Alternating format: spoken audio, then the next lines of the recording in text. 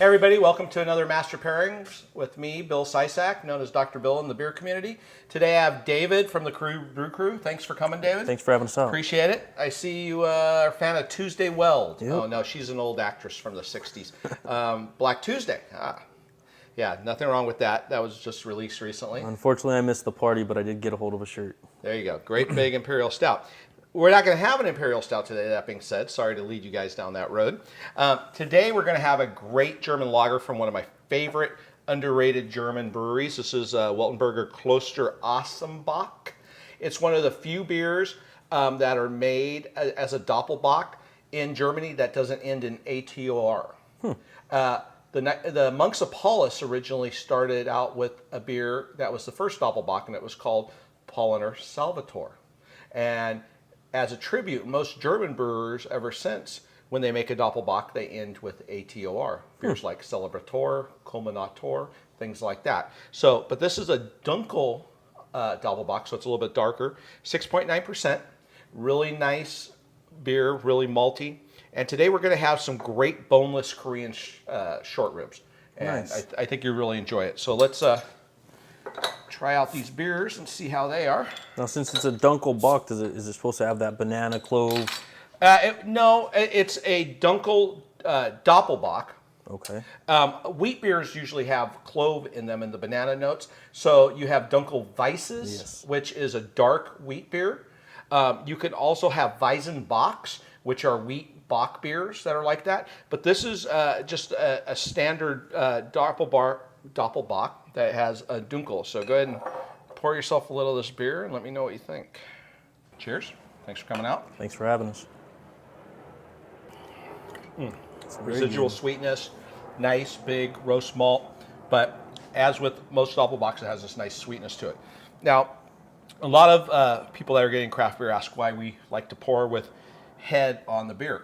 Well, the thing is, when you're drinking a macro and you pour and there's head on the beer and you taste it, it tastes like stale beer.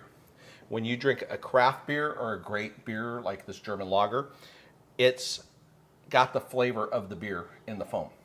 So the foam will taste along the same lines of the beer. So let's get a couple pieces of this and see what you think. Okay.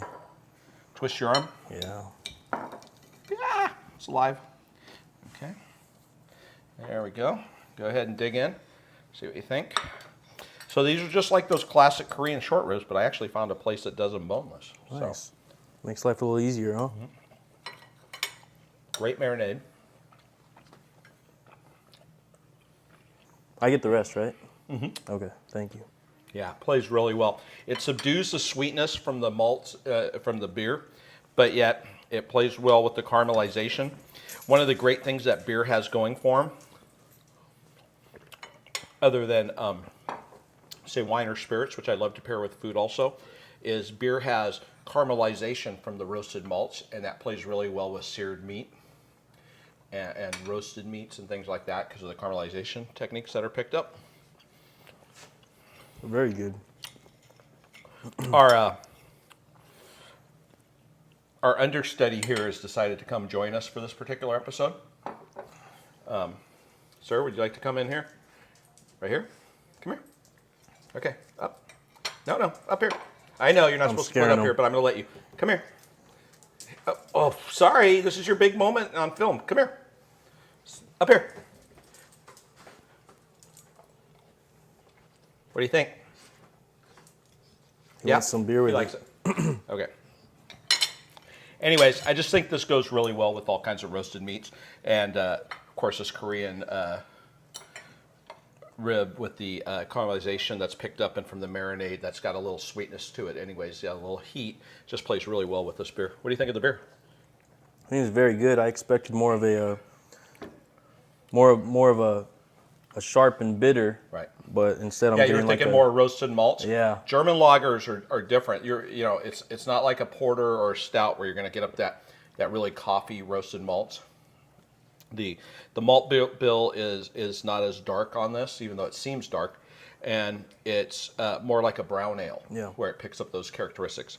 And but it's sweet and delicious, and it plays just really well. Just It's a sweet dark roast. It's very good. Yeah, no, it's delicious, and I think it goes really well with the pairing. What do you think? Yep, I think it's excellent. All right, well, cheers. Thanks for coming to another Master Pairings. Boom.